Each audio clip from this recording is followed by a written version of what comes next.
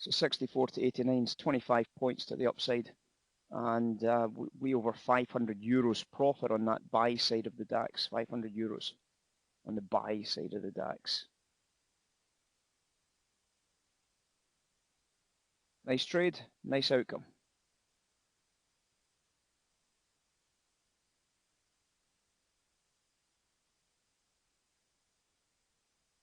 Not seeing anything on gold outside of that little bit of value that we did pick up on, and as I said, we executed against it with a very nice easy trade at 10.8. Just traded a high price there of 12.1. 10 ticks, stops at break even. And we'll see if we can continue the upside on this. If we don't, we're already in a good position to walk away. How's that buying gold now oil now doing, guys? Oh yes, it's only $500 better off. So that's pretty good. That worked out rather nicely for us. Thank you very much. So was it worthwhile? Sure. Was it the right trade to be in the buy side? Sure. Did we get the accumulation perfectly? Sure. So you can see we've absolutely annihilated the upside of oil as we suggested we would. We'll always make more money than the sellers, always. But it carries more risk, right? I mean, that's always going to be the case. If you're buying a bottom edge, it carries more risk. But we'll always make more money. And you can see we've just had an outstanding surge to the upside there from that 79.50 bottom edge. We've just had a $700 winner through to the top edges. And that is absolutely brilliant.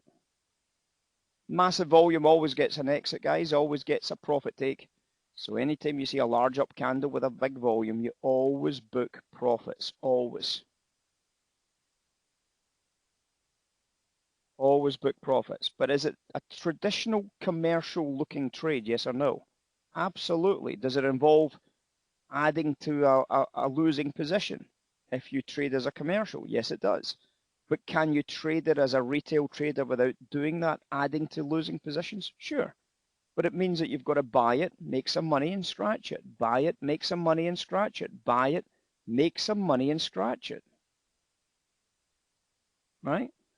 So when you start to see this as a process, it doesn't lose you lots of money in the building process. You simply end up with 10 ticks in a stop one, 10 ticks in another stop one, and 10 ticks. And then all of a sudden, boom, $700 in your back pocket from one of those trades. So you can see that getting into this idea, getting into this process, it carries more risk. It absolutely carries more risk. But was it always going to be the right trade? Always. Well, that's what the whole point of value lines is, isn't it? I mean, when we see the black line established anywhere, this is the biggest established black line we've seen all day, isn't it? Yes?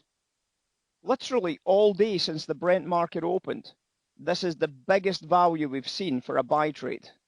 By a mile. Would you agree with that? By a mile. We saw big value for a sell trade developing in this area here. Big value for a sell trade. You see the black line is discounted against a blue and red line bubble that's forming. And that was the big opportunity to sell oil. And then the big value to buy oil in that little sequence was crazy. And you can see that from the oil charts, these were the big winning trades of the day. A top edge sell, which made a fortune, and a bottom edge buy that's absolutely killed it to the upside. Big value, big monster value trades, but they come with risk. Then the best trades always come with risk, don't they? The best opportunities always come with a bit of risk.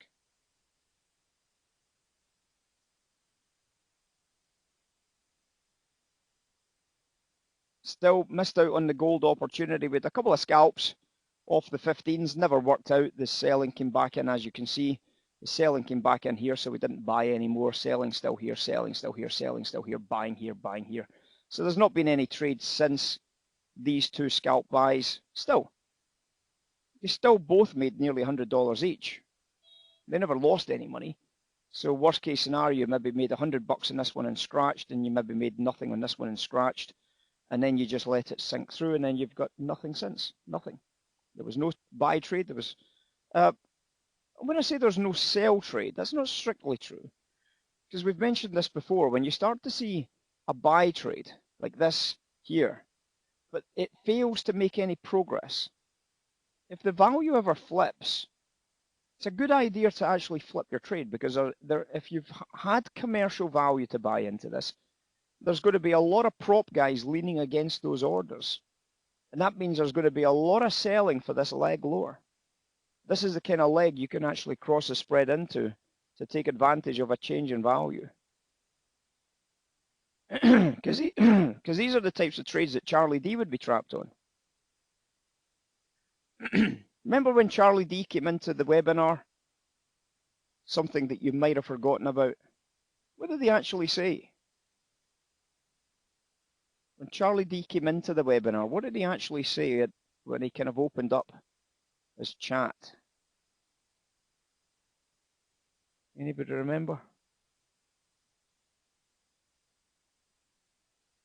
Nobody? Nobody watched it that closely. What he said when he came into the webinar from his chat was, he said he's coming off the back of his three losing days in a row. Charlie D. 3 losing days in a row. Did nobody hear that? So somebody like Charlie D does lose money. Somebody like Charlie D loses money. And he had 3 losing days in a row. This is Charlie D we're talking about. The best trader apparently on the planet of all time from the floor. One of the best. 3 losing days in a row. Because when you see commercials when you see these types of trades here, so there was a commercial buyer here. Charlie D would come in there and buy, for example, if he traded gold. So he'd be in there as a buy trade, right? And then there was a commercial buyer there. Charlie D would come in there and buy some gold. Well, he loses money on that trade, doesn't he? Potentially loses money if he doesn't get out of the way quick enough. So locals lean against commercials. So when the locals lean against commercials, the commercial doesn't care if the price drops. The commercial likes if the price drops. They don't care. The commercial's in a hedge. They don't care. Just think of every commercial trade as a spread. They don't care whether price goes up or down. They just want to spread the deal. So the locals that lean against these guys, however, are on the wrong side. So the locals that lean against these guys, they've got to run for cover. And that's what drives this sell during this phase here. It's a very good trade to jump on board, is when you see a commercial order that doesn't work. Because it doesn't mean the commercial is going to lose, but it means that the locals that are leaning against the commercial are going to lose. So when you see these brilliant trade opportunities, it's a very, very nice ability to get in for the sell side squeeze. And you see this often when a commercial trade doesn't work. That's why things like 1, 2, 3 times a lady works. Because a commercial might be selling at 3 times at a top edge or buying at 3 times at a bottom edge. But there's locals leaning against those trades that are getting squeezed out of the trade. And that's why you get the second lower and then the third lower price, just like on oil. The locals got squeezed out of those 3 trades, just like you would be. If you were a bad trader, you would have got squeezed out on those 3 trades on the way down, right? So when this one doesn't make any new progression, all the buyers that came in here, they're going to get squeezed. And then the buyers that came in here, they're going to get squeezed. Well, fortunately, I'm better than that. I'm not going to lose money. I'm going to get my stops at break even and buy into the dip. So we get our stops in at break even, buy into the dip, and then we go again when the next price reverses. But you get the basic idea. That's why these things happen. Everybody knows this is a buy trade. But the locals joining in during this phase here, squeezed. The locals joining into this phase, squeezed. And then the buy trade coming off the bottom edge. Very, very, very nice. But a business to the upside.